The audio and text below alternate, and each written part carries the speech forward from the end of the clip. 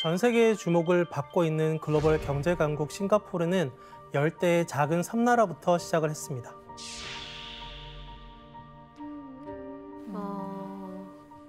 싱가포르는 1299년 싱가푸라라고 하는 왕국을 기원으로 시작을 하는데요. 이 나라의 탄생에는 아주 재미있는 전설이 있습니다. 테마색 강 하구 근처에서 상릴라 우타마와 그의 수행원들은 몸이 붉은색이고 머리가 검으며 가슴이 흰색인 매우 아름답고 민첩한 강력한 동물을 보았습니다. 바로 사자였습니다.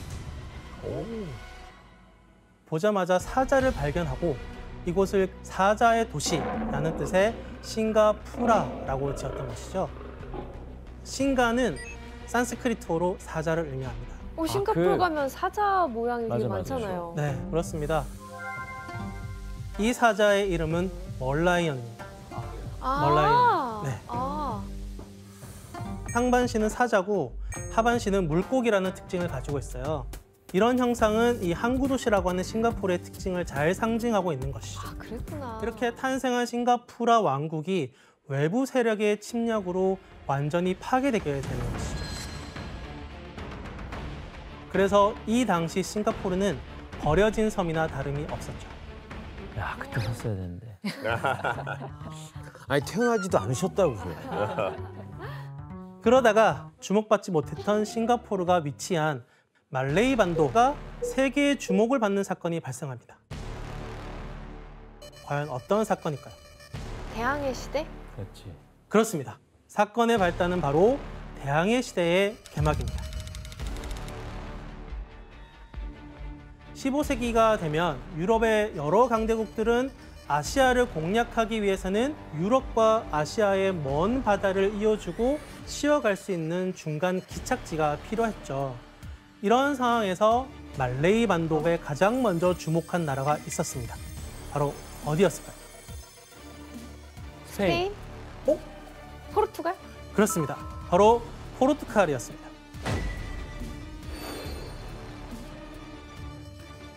포르투갈은 1511년 함대를 이끌고 말레이 반도를 향했죠. 이때 포르투갈이 가장 먼저 눈독 들인 나라가 있었습니다. 바로 물라카를 수도로 한 물라카 술탄국이었습니다. 물라카 술탄국은 싱가푸라 왕국이 멸망을 하면서 그 지배 세력들이 새롭게 터를 잡아서 건설한 이슬람 군주가 통치하는 술탄 국가였죠. 그래서 근데 아시아로 갈 수 있는 바닷길에 물라카 술탄국만 있는 게 아니었을 텐데. 근데 포르투갈은 왜 이 나라를 또 딱 점 찍은 거죠? 포르투갈이 물라카 술탄국을 공격한 이유는 16세기 포르투갈의 한 장군이 남긴 기록을 통해서 알 수 있습니다. 물라카는 이슬람인이 매년 중동으로 가져오는 모든 향신료와 약재의 공급지다. 포르투갈의 물라카 점령으로 베네치아 상인들은 포르투갈에 오지 않는 이상 어떠한 향신료도 가질 수 없을 것이다. 요리 욕심이 있으시네요. 비슷합니다. 바로 아시아의 향신료였습니다. 스파이스. 네. 중세 유럽인 특히 상류층들은 진짜 그 향신료에 완전 매혹돼 있었어요. 왜냐면 약간 조미료 역할도 하고 약간 방부제 역할도 되고. 하긴 그때 냉장고도 없었으니까요. 그렇죠. 유럽인들한테 인기 엄청 많았어요. 와. 이렇게 포르투갈은 단숨에 물라카를 지배하는 데 성공을 했습니다. 이 일로 물라카 술탄국은 말레이 반도 남쪽에 도망가가지고 조호르강을 기반으로 하는 조호르 술탄국이라고 하는 새로운 왕국을 건설하게 됩니다.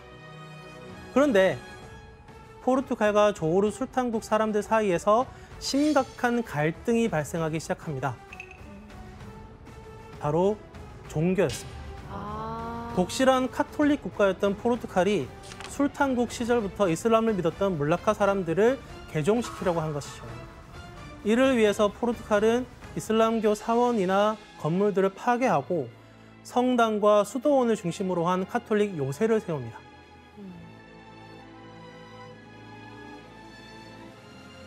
결국 조호르 술탄국은 포르투갈에 맞서서 대항하기 시작합니다. 그래서 근데 포르투갈이 워낙에 강대국이라 조호르 술탄국이 아무리 뭐 대항을 해도 이길 수 없었을 것 같은데요. 맞습니다. 그래서 포르투갈에 맞설 새로운 지원군을 찾기 시작을 합니다. 이때 조호르 술탄국의 눈에 띈 세력이 있었습니다. 어디였을까요? 네덜란드? 맞습니다. 바로 대항해 시대의 후발주자로 뒤늦게 말레이 반도에 들어온 네덜란드였습니다. 조호르 술탄국은 곧 네덜란드와 조약을 맺고 포르투갈을 내쫓기로 하죠. 그럼 당시 조호르 술탄국과 네덜란드가 어떤 조약을 맺었는지 두 나라 간의 대화를 한번 재구성했습니다. 이슬람교를 탄압하는 포르투갈 때문에 골치가 너무 아픈데 네덜란드 당신들이 해결 좀 해주면 안 되겠소? 싹 쓸어드리리다. 대신 조건이 있는데 물라카를 좀 내주시오. 우리도 조건이 있어. 이슬람교를 믿게 해주시오. 아, 좋소. 뭐 개종 안 해도 되니 마음대로 믿으시오. 그럼 종교 받고 물라카는 양보할 테니 빨리 공격 날짜부터 잡읍시다. 좋소. 좋습니다. 알라. 아니 서로 잘 통하네요. 그러니까요. 우리 이해관계가 잘 이해관계가 뭐 맞아떨어졌어요. 맞으니까 뭐. 저 때는 종교가 되게 중요하니까요. 조호르 술탄국이 물라카를 네덜란드에게 내주기로 바로 결정한 이유는 네덜란드가 카톨릭교와 이슬람교의 공존을 약속했기 때문입니다. 아, 그 종교적 자유를 준 거네요. 무교면 참 속편할 텐데. 그래서 네덜란드는 조호르 연합군과 함께 포르투갈 요새를 공격하기 시작합니다. 그리고 단 5개월 만에 드디어 말라카를 장악하는 데 성공을 하죠. 전투가 끝난 이후에 물라카에서의 포르투갈 지배는 130여 년 만에 끝이 나게 되고요. 그리고 조약의 약속대로 물라카는 네덜란드가 차지하게 되고 동남아시아 무역의 최강자로 군림하게 됩니다. 우와. 그런데 네덜란드가 이렇게 거대한 식민 제국을 건설해 나가는 것을 경계하는 나라가 있었는데 어디일까요? 나옵니다. 아까 나왔습니다. 스터의 나라. 네, 영국. 그렇습니다. 바로 당시 해가 지지 않는 나라로 불렸던 영국이었습니다.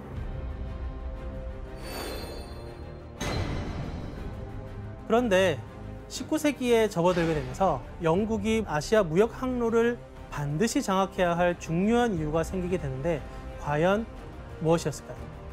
차. 맞습니다. 바로 차였습니다.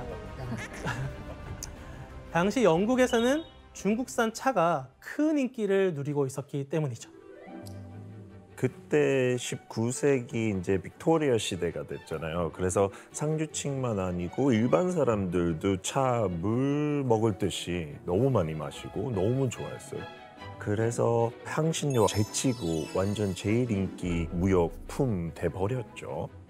그래서 이 원래 중국에서 유럽까지 가려면 그 실크로드 거리도 너무 멀고 세금도 많이 부과됐어요. 그래서 이거 해결하기 위해 동남아 쪽 해안 이 루트를 발견하면서 이거 놓치면 안 되겠다. 영국은 그렇게 결심했죠. 아, 차를 마시려고. 그렇죠. 네, 빨리 원하니까요, 사람들이. 교수님, 그러면 영국이 이 동남아시아의 바닷길을 차지하기 위해서 눈독을 들인 곳이 어디예요? 당시 영국은 동인도 회사가 식민지 건설에 박차를 가하고 있었는데요. 이들은 중국의 차를 수입하는 최단 거리의 바닷길을 찾아내기 시작을 합니다. 그곳이 어딘지 지도를 한번 보실까요? 영국의 동인도 회사가 눈독 들인 바닷길은 바로 말레이 반도와 인도네시아 사이의 좁고 긴 해협인 물라카 해협이었습니다. 진짜 좁다. 넓은 데다 또 왜 저렇게 좁은 데서 하지? 저게 좁아 보이지만 실제로는 되게 넓어요. 그럴 겁니다. 그래서 이 시기 영국의 동인도 회사는 식민지로 삼은 인도에서 바람의 힘을 이용해서 움직이는 범선을 타고 중국으로 향해야 했습니다. 그러려면 중간에 배가 쉬어가면서 물도 보급받고 식량도 보급받고 하는 곳이 필요했는데 가장 적합한 지역이 바로 물라카 해협이었던 것이죠. 그런데 영국이 물라카 해협을 손에 넣기 위해서 반드시 넘어야 할 산이 하나 있었습니다. 네덜란드? 그렇죠. 바로 네덜란드였습니다. 이미 이 지역은 네덜란드가 이미 선점하고 있었기 때문에 영국이 섣불리 행동할 수가 없었던 것이죠. 그래서 영국의 동인도 회사는 말레이 반도에 새로운 거점을 만들어 뒀죠. 그것이 어디일지 보실까요? 당시 서쪽에서 동부아시아로 가는 지름길은 크게 두 개가 있었는데 하나는 물라카 해협, 하나는 순다 해협입니다. 그래서 영국이 마련한 거점은 북서부에 위치한 페낭, 남서부에 위치한 벤쿨렌입니다. 하지만 페낭은 물라카 해협에서 너무 북쪽에 위치해 있었고 게다가 네덜란드가 바타비아 앞 순다 해협으로 들어오는 외국 선박에 대해서는 굉장히 높은 세금을 물리고 있었습니다. 그렇기 때문에 영국은 지리적으로 불리한 요건을 개선하고 네덜란드의 행포를 피해서 물라카 해협에 새로운 그들만의 거점을 확보해야 되는 미션이 있었던 것이죠. 그래서 이렇게 영국이 새로운 항구를 찾기 위해서 고민하고 있을 때 물라카 해협을 지날 때 반드시 거쳐야 하는 관문 가운데 하나인 싱가포르 섬을 발견하게 된 것이죠. 그리고 이때 싱가포르를 처음으로 주목한 인물이 바로 영국 동인도 회사의 스탠포드 래플스라고 하는 사람입니다. 그래서 래플스가 싱가포르 섬을 선택한 이유는 1819년 1월 이곳을 발견했을 당시 기록에 남아 있습니다. 저는 싱가포르 섬의 가치와 중요성에 대해 충분히 만족합니다. 이곳은 네덜란드 세력이 존재하기 오래전부터 수세기 동안이나 버려져 있었습니다. 아, 이때 샀어야 돼. 대박이다, 이때 샀으면. 근데 왜 이렇게 아무도 눈독 들이지 않는 거예요, 싱가포르 쪽? 위치가 저렇게 좋은데. 사실 당시 물라카 해협 주변에는 많은 섬들이 있었지만 모두 말레이 반도의 물라카 주변이나 인도네시아에만 집중하고 있었습니다. 거기에다가 싱가포르 섬은 무려 400년 동안 아무도 찾지 않는 버려진 섬이었기 때문에 관심을 두지 않았던 것이죠. 진짜? 그렇다면 래플스가 처음 싱가포르 섬에 상륙한 이후에 마주한 그 모습은 어떠했을까요? 허허벌판이었겠죠? 그렇습니다. 당시 싱가포르의 땅은 지금 우리가 알고 있는 싱가포르와는 완전히 달랐습니다. 대부분의 땅이 울창한 정글과 늪지대로 이루어져 있었던 것이죠. 아, 최악이네. 그렇기 때문에 땅이 질척이고 농사를 짓기 힘들었죠. 거기에다가 1년 내내 열대기후로서 고온다습했기 때문에 이러한 날씨로 인해서 병해충이나 전염병이 잦을 수밖에 없습니다. 와, 저 조건이 열악하다. 거기에 더해서 이 싱가포르 섬이 죽음의 섬으로 불리는 더 큰 문제가 있었습니다. 그게 무엇일까요? 더 큰 문제예요? 네, 사람이 생존하는데 반드시 필요한 물. 맞습니다. 식수가 부족하다는 것입니다. 물이 없어? 물론 싱가포르에도 여러 개의 작은 하천들이 있긴 한데요. 국토의 면적이 워낙 작기 때문에 대부분의 강 길이가 굉장히 짧았습니다. 가장 긴 강이 칼랑강인데 길이가 10km밖에 안 돼요. 한 강이 514km. 그거 감안하면 굉장히 짧은 거죠. 이 얘기는 곧 자연적으로 확보할 수 있는 식수의 양이 절대적으로 부족하다는 것을 의미합니다. 마실 물이 없는 거군요. 그래서 척박한 땅과 기후, 부족한 식수로 인해서 싱가포르 섬은 래플스가 도착했을 당시만 해도 사람이 살 수 있는 기반이 거의 전무했다고 볼 수 있습니다. 버려진 땅인 이유가 있었네요. 거기에 또 하나, 이것으로 인해서 사람들이 더욱 살기를 꺼려했는데 무엇 때문이었을까요? 아, 이거 살면 안 되겠는데요? 아니, 몇 가지예요, 지금? 뭐 때문이지? 바로 바다에는 언제나 우리가 마주치게 되는 바다? 해적? 맞습니다. 해적이었습니다. 그분은 저기를 뭘 보고 들어가려고 그랬던 거지? 매력이 없는데? 기록처럼 싱가포르는 버려진 섬이었기 때문에 범죄자들이나 해적들이 은신처로 삼기에 굉장히 좋은 곳이었죠. 그래서 해적들은 싱가포르 섬에 숨어 있다가 지나가는 선박이 보이면 급습해서 귀중품을 약탈하거나 아니면 배를 통째로 빼앗아서 해적선으로 만들어버렸죠. 또한 포로를 잡아서 노예를 삼는 일도 빈번했습니다. 그래서 해적들의 활동으로 인해서 싱가포르는 굉장히 중요한 길목에 있으면서도 강대국들의 외면을 받을 수밖에 없는 것이죠. 굉장히 골치 아픈 땅. 그래서 얘기만 들어보면 아무도 뭐 탐날 만한 섬이 아닌 것 같은데 래플스는 달랐네요. 그렇습니다. 그래서 래플스는 1819년 2월 당시 싱가포르를 지배하고 있던 조호르 술탄국의 술탄을 만납니다. 그리고 영국 동인도 회사가 싱가포르에 무역 항구를 건설하는 대가로 일정 금액을 지불하기로 합니다. 그래서 만일 여러분이 래플스라고 한번 상상을 해보시면 물도 없고 해적까지 사는 이 섬을 얼마에 사겠다고 제안을 하시겠어요? 이거 싸게 주세요 이거. 어차피 안 쓰는 땅인데. 맞아. 헐값에 주세요. 이래. 기록에 따르면 래플스는 매년 술탄에게 5천 스페인 달러. 그래서 현재 하나 가치로 제가 계산을 해보니까 약 140억 원을 지불. 매년 그렇게 줬다고요? 그것뿐만 아닙니다. 섬을 통치하는 통치권자, 술탄이 임명한 통치권자에게는 3천 스페인 달러, 하나 가치로 약 90억 원을 지급하기로 합니다. 래플스가 돈이 많아요? 국고를 그렇게 막 지 마음대로 써도 되는 거예요? 그 영국 입장에서는 대단한 베팅을 한 거네요. 그렇죠. 아무것도 없는 섬에 엄청난 거금을 투자한 것으로도 볼 수 있습니다. 그 안에도 줬을 것 같은데. 안 해도 줬을 것 같은데. 래플스 이상해.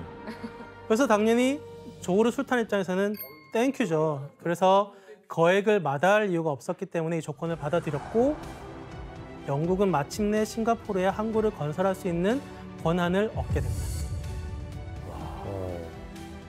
교수님, 영국이 싱가포르를 점령했다는 소식을 들은 네덜란드의 반응은 어땠나요? 사실 네덜란드는 이미 물라카와 바타비아를 가지고 있었기 때문에 싱가포르에 전혀 관심이 없었어요. 갖거나 말거나 하겠지. 그렇죠. 그런데 영국이 물라카 해협의 중요한 길목에 항구를 건설하는 것은 다른 거죠. 이에 네덜란드는 조호르 술탄국이 자신들의 지배 아래 있었기 때문에 조호르 술탄국의 지배를 받는 싱가포르도 우리 거다라고 소유권을 주장하는 것이죠. 왜 뒤늦게 그래? 그래서 이렇게 영국과 네덜란드 사이에 신경전이 시작이 되면서 싱가포르는 버려진 섬에서 물라카 해협의 핫스팟으로 떠오르게 됩니다. 그래서 말레이시아 연방이라고 하는 이 거대 집단에서 쫓겨난 싱가포르는 이제 독립국가로서 홀로서기를 하게 되는 상황에 처하게 된 것입니다. 진짜 막막했겠어요. 그래서 이렇게 독립된 싱가포르를 책임져야 했던 리콴유 총리는 이제는 성장이 아니라 싱가포르의 생존을 걸고 대규모의 개혁을 시작하게 됩니다. 개혁? 그래서 리콴유는 먼저 싱가포르가 연방에서 축출된 이유가 무엇일까를 짚어봤습니다. 당시 싱가포르의 인구 구성은 화교 약 75%, 말레이인 약 15%, 인도인 7%였습니다. 그 외에 3%엔 아랍계, 유라시안, 유럽인 다양하게 섞여 있었죠. 이처럼 다문화 사회였기 때문에 싱가포르는 인종 갈등이라고 하는 잠재적 위협이 도사리는 국가였던 것이죠. 그렇기 때문에 리콴유는 이들을 하나의 싱가포르인이라고 하는 정체성으로 결속시키기 위한 방법을 모색하게 됩니다. 나라를 하나로 통합해야 되니까요. 그렇습니다. 이에 리콴유는 우선 싱가포르 내에서 총리만큼 높은 지위에 있었던 대통령의 화교가 아니라 말레이 사람인 유솝 빈 이스학이라고 하는 사람을 안치게 됩니다. 이것은 명백한 사인으로 다인종의 문화적 다양성을 인정하고 화합을 하자고 국민들에게 유도하는 것이죠. 그리고 리콴유는 여기서 또 하나의 묘수를 생각을 해내는데요. 당시 싱가포르는 다민족 국가답게 쓰는 언어도 다양했기 때문에 리콴유는 모두가 함께 쓰는 공용어가 필요하다고 생각을 했습니다. 이때 그는 어떤 언어로 채택했을까요? 티라노사우루스. 공룡어? 아 진짜 웃겨. 정답은 바로 영어입니다. 영어를 통해서 싱가포르의 새로운 정체성을 만들어주려고 한 것이죠. 근데 영어는 뭐 화교나 말레이인, 인도인이 쓰던 언어가 아닌데 반대는 없었나요? 당시 당연히 반대도 많았습니다. 싱가포르 인구의 절대 다수를 차지하고 있는 건 화교, 말레이인, 인도인이었죠. 이런 상황에서 이들 모두가 납득할 수 있는 공용어는 바로 어느 누구도 이게 내 언어다라고 얘기할 수 없는 영어뿐이었죠. 공평하게. 네. 대신 중국어, 인도타밀어, 말레이어 같은 언어를 제2공용어로 지정해 주었죠. 와. 그래서 이후에 교육을 통해서 영어는 싱가포르의 공용어로 자리 잡았고 리콴유의 계획대로 영어는 싱가포르인이라고 하는 새로운 정체성을 심어주는데 매우 중요한 역할을 하게 됩니다. 사실 리콴유와 싱가포르가 이때 인종을 결속시키기 위해 어떤 일을 했나요?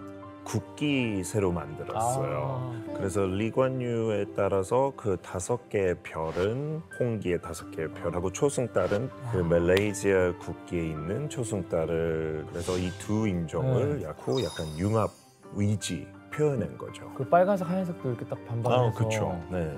잘 섞었네요. 진짜 화합을 위해 엄청 애썼네요. 그래. 네, 맞습니다. 이렇게 싱가포르는 리콴유의 주도 아래 다인종의 문화적 다양성을 인정하고 모든 인종이 조화롭게 사는 나라의 국민, 싱가포르인이라고 하는 유례없던 새로운 정체성을 갖게 된 것입니다. 아. 그래서